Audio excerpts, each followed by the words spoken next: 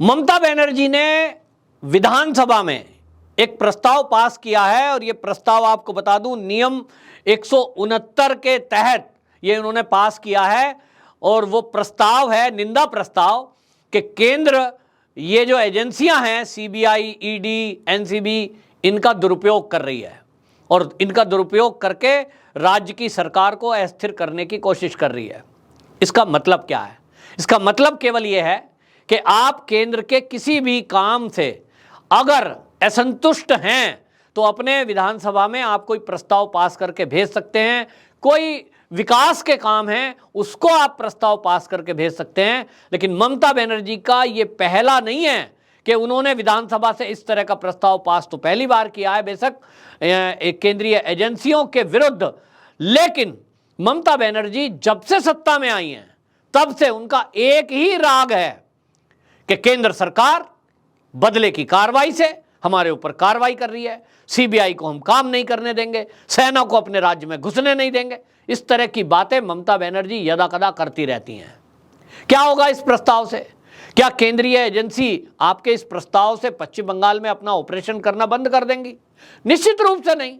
केंद्र सरकार की अपनी शक्तियां हैं और केंद्र सरकार अगर इस तरह से किन्हीं राज्यों के कहने से, प्रस्ताव पास करने से अगर अपनी एजेंसियों को रोक ले तो फिर वो केंद्र की शक्ति कहां गई? ऐसे तो हर राज्य अपना अपना प्रस्ताव पास कर लेगा। हमने सीएए के विरोध के टाइम पे देखा, इन्हीं सब राज्यों ने, ममता बनर्जी हो, दिल्ली हो, महाराष्ट्र हो, सबने पास कर दिया। केरल फेरल ने, हम अपने यहां एनआरसी लागू नहीं करेंगे।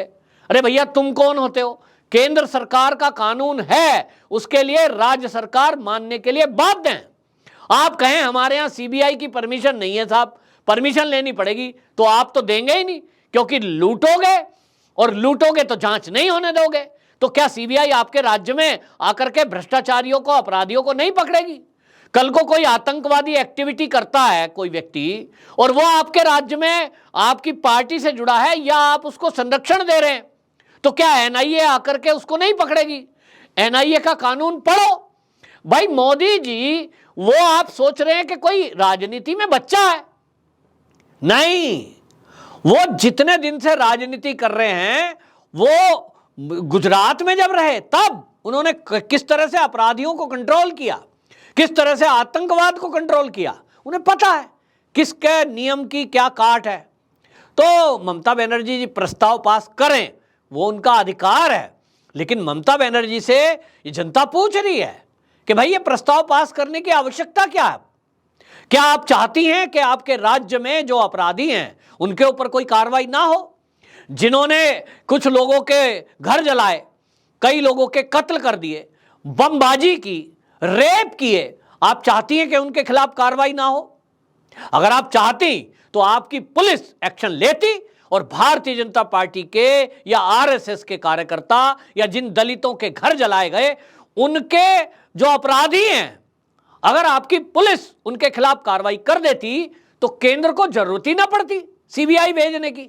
भाई वो लोग कोर्ट में गए, वो लोग मानव अधिकार आयोग गए, जिन महिलाओं के साथ बलात्कार हुए वो महिला आयोग में गई, महिला आयोग की टीम जांच को गई और उन्होंने पाया कि राज्य की पुलिस अपराध पर नकेल कसने में फेल है या कसना चाहती ही नहीं है। ऐसे बहुत सारे मामले आए कि महिलाएं गई हैं, जिनके घर जले, जिनके यहां मर्डर हुए, वो थाने पहुंचे हैं, पुलिस एफआईआर कर ही नहीं रही है।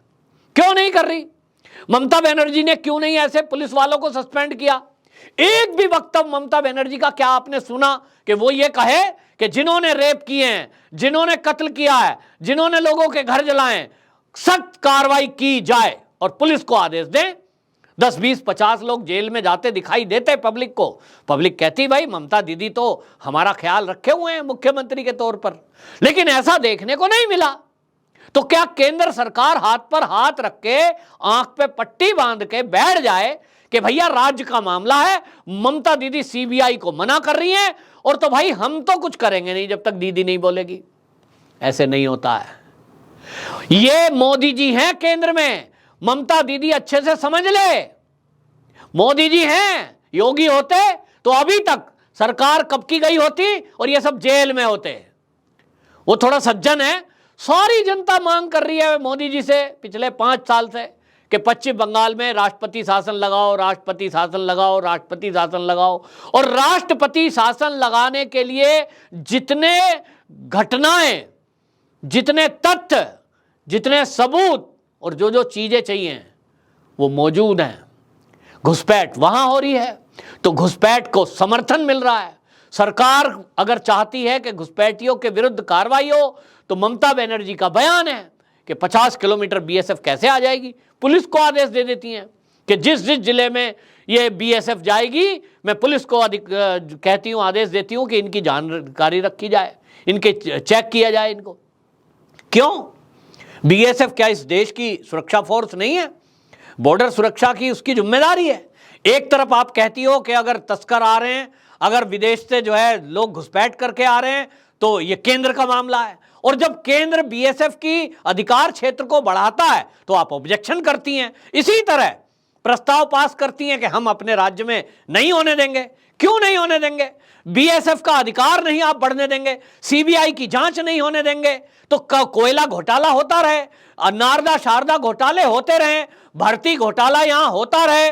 आप जनता को रिश्वत लेकर के भर्ती कर दो, और जो बेचारे बच्चे एग्जाम की तैयारी सालों साल कर रहे, जिनका अधिकार है कि वो भर्ती हो जाएं, क्लर्क बने, वो group D, group C, teacher जिसके लिए तैयारी कर रहे थे, उनको आपने भर्ती नहीं किया, और जिन्होंने पैसे दिए उनको भर्ती कर लिया।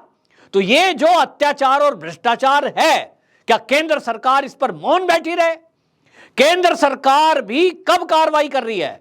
वो डायरेक्ट नहीं जा रही है कि साहब राज्य ने कुछ नहीं किया, भ्रष्टाचार हुआ है, चलिए हमने सीबीआई टीम भेज दी, लो पड़े छापा। कर सकती है केंद्र ऐसा, लेकिन केंद्र ने ऐसा नहीं किया है, क्योंकि मैंने फिर से कहा मोदी जी बैठे हैं केंद्र में, वो राज्यों के बीच में दखल अंदाजी नहीं करते हैं, शराफत है उनकी।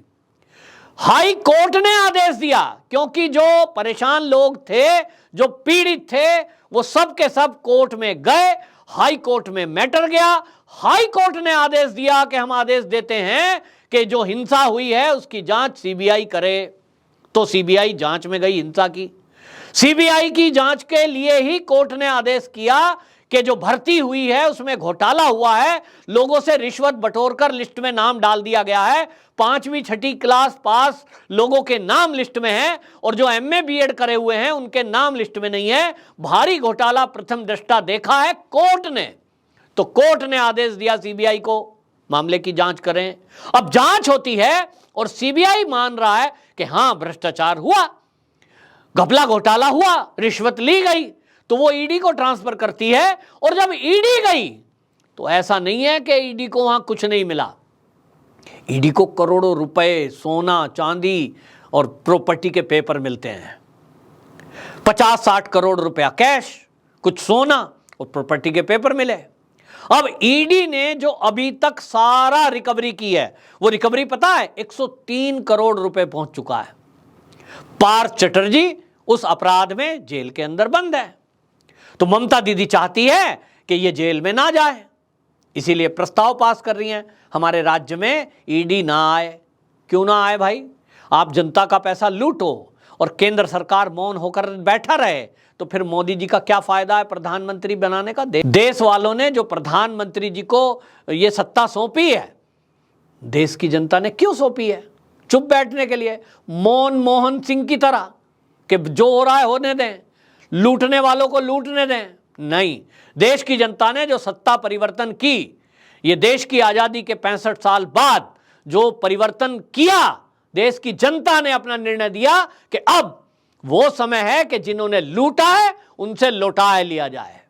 और इसलिए मोदी जी को बिठाया है, इसलिए अमित शाह को गृह मंत्री बनाया है कि एक आदमी अब ऐसा चाहिए जो सीधा एक्शन ले भ्रष्टाचारियों पर, अपराधियों पर।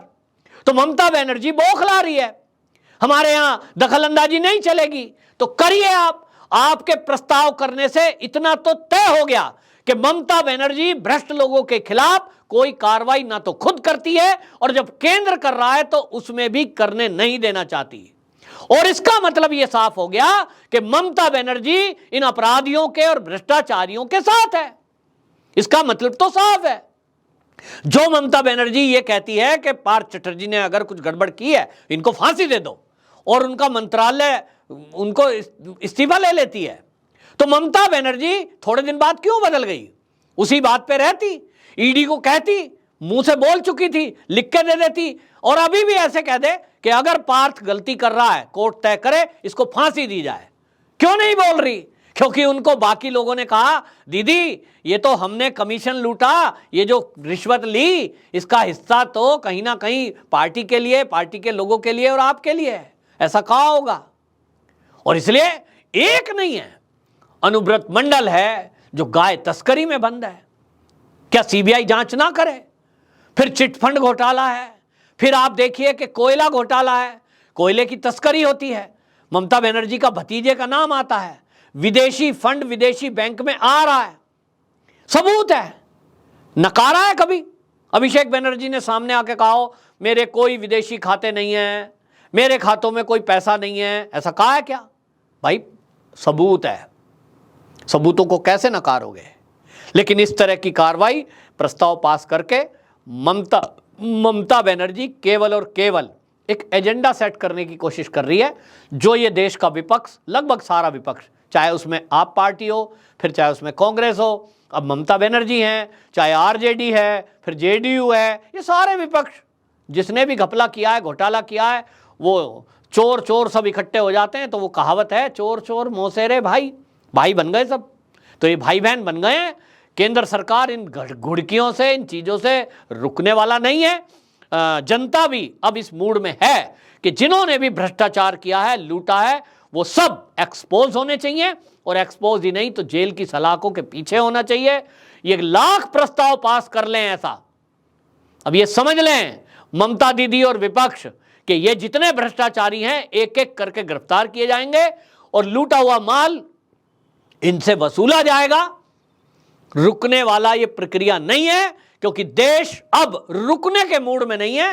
अब जब तक विश्व गुरु ना बन जाए तब तक देश की जनता विराम देखने के मूड में कतई नहीं है। और इसीलिए 2024 के चुनाव में भी मोदी जी को अब तीसरी बार देश की जनता प्रधानमंत्री के रूप में देखना चाहती है। वंदे मातरम।